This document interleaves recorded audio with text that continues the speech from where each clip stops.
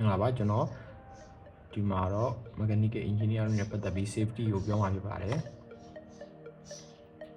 ကျွန်တော်အားကြောင့်ကျွန်တော် mind map လေးလုပ်ထားတယ်ဒီ mind map လေးမှာ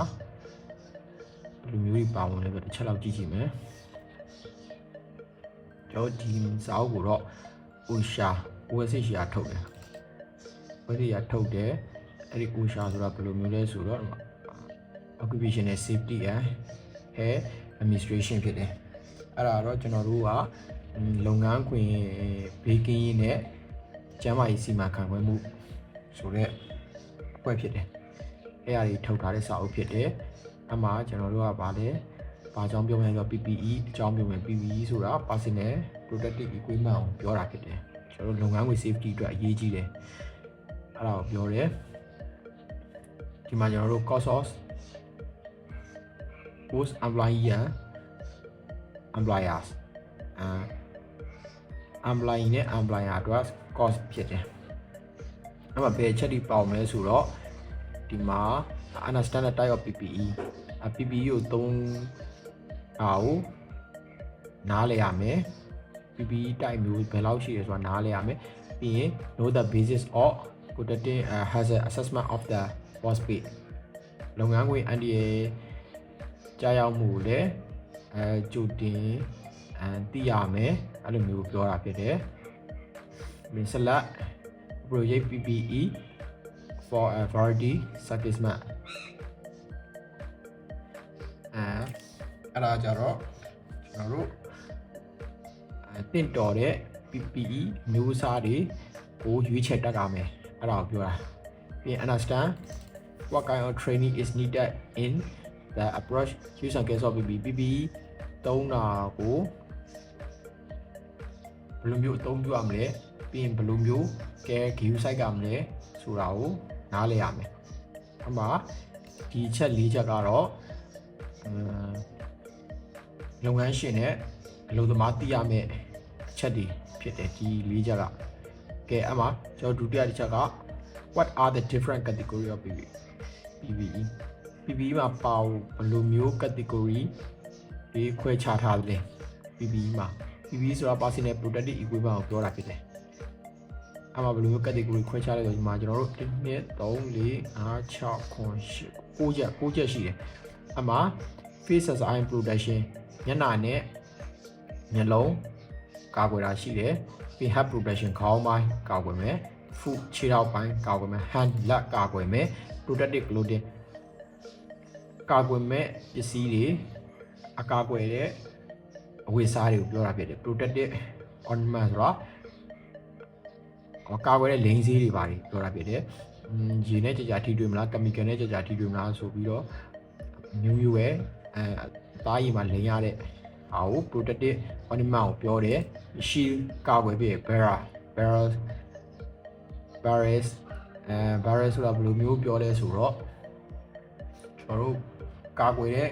နေရာတွေကိုပြောတယ်ဥပမာလုပ်ငန်းလုပ်နေတယ်ဆိုရင်ကျွန်တော်တို့ဘာတွေချထားမလဲတုံးလေးတွေချထားမယ်အဲ့နေရာကိုကားတွေဘာတွေဖြတ်လို့မရဘူးအဲ့လိုမျိုးပြောတာဖြစ်တယ်လမ်းတွေဘာတွေပြင်နေဆိုလဲဒီလိုပဲအဲ့ဒါကိုအကာအကွယ်ကိုပြောတာဖြစ်တယ်ပြီးရင် restaurant တော့ကျွန်တော်တို့ဘယ်လိုပြောလဲဆိုတော့ seat belt တို့ပါတို့အဲ့လိုမျိုးကားတွေမှာဆိုရင်ကျွန်တော်တို့ safety အတွက် seat belt ပါမယ်အဲ့လိုမျိုးဟာပြောတာဖြစ်တယ်ဒီနေ့မှာပြောရင် berry ဆိုတာလူနဲ့အန်ရမကြရောက်မှုအတွက်လူရဲ့ခန္ဓာကိုယ်နဲ့ခြားထားတာအဲ့ဒါမျိုးအဓိကဆိုလိုတာဖြစ်တယ်okay ဒါဆိုဒီမှာwhat are the different category ပြီးသွားပြီဆိုကျွန်တော်တို့ဒီပေါ်မှာwhat and where is PPE require PPE ကိုဘယ်ချိန်နဲ့ဘယ်နေရာမှာလိုအပ်တယ် hazard of process ဘေးနေရာကြာရောက်တဲ့ဖြစ်စဉ်တွေမှာလိုအပ်တယ် environmental hazard သဘာဝဘေးကနေလိုအပ်တယ် chemical hazard chemical ဓာတုဗေဒနဲ့ဆိုင်တဲ့ဘေးကနေမှာလည်းလိုအပ်တယ် radiological hazard radio active ပစ္စည်းတွေပါဖြစ်တယ်အဲ့လိုမျိုး hazard တွေမှာကျွန်တော်တို့က PPE ကိုလိုအပ်တယ် mechanical irritant mechanical accident ပြောတယ်ကျွန်တော် mechanical နဲ့ပတ်သက်ပြီးတော့ accident ဖြစ်တဲ့အခါမှာလေ PPE ကလိုအပ်တယ် PPE ဆိုတာလုံးဝ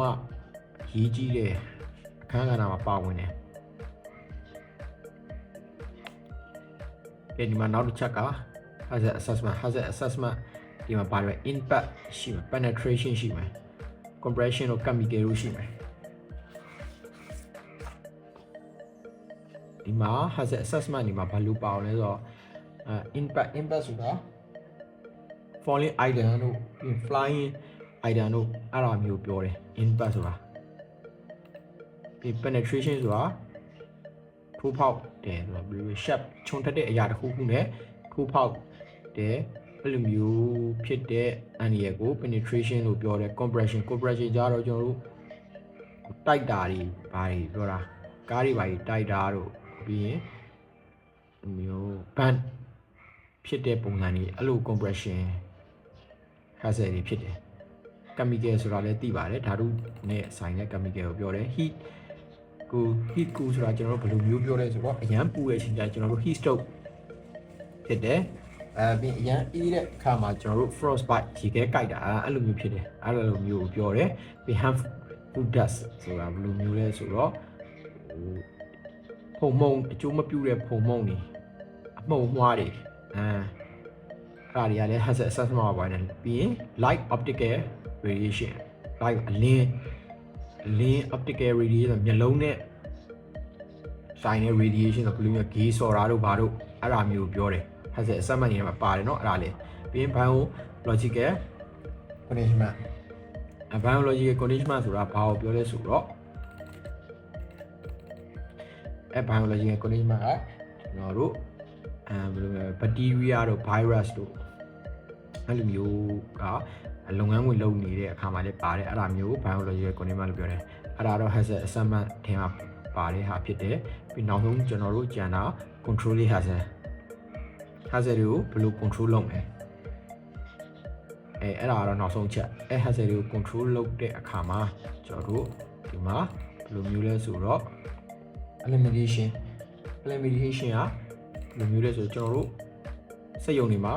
stop using toxic chemical တွေကိုကျွန်တော်တို့သုံးတာကိုရပ်လိုက်နေပြီးရင် working at height အမြင့်ဒီမှာအလုပ်တာတွေပါတယ်အဲ့ဒီဟာတွေက elimination ထဲမှာပါဝင်သွားတယ် substitution ကြတော့စားထိုးတယ်ဆိုတာလေယူရှင်းတယ်ကျွန်တော်တို့ save ဖြစ်တဲ့ပစ္စည်းကို save ဖြစ်အောင်လုပ်တယ်အဲ့ဒါမျိုးကို substitution လို့ပြောတယ်ပြီး engineering control ကြတော့ engineering ပိုင်းနဲ့ဆိုင်သွားတယ်ဘယ်လိုလဲဆိုတော့ isolate worker လုပ်သားတွေကိုတီးချထားမယ်အဲ့ဒါတွေကလည်းပါတယ်ပြီးတော့ဘယ်လို engineering ပိုင်းမှာပါလဲဆိုတော့ ventilation တို့ဘာတို့ barrier တို့ဘာတို့ပါတယ်အဲ့ဒါတော့ controlling hazard တွေမှာပါတယ်ပြီး administrative control ကဘယ်လိုမျိုးလဲဆိုတော့ကျွန်တော်တို့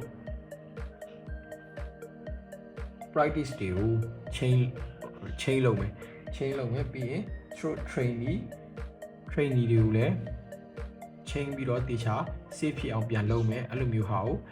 administrative control လို့ပြောတယ် personal protective equipment တော့ PPE ပဲဖြစ်တယ်ဒီထဲမှာအရေးကြီးဆုံးဖြစ်တယ်အဲ့ဒါတော့သိမှာပါ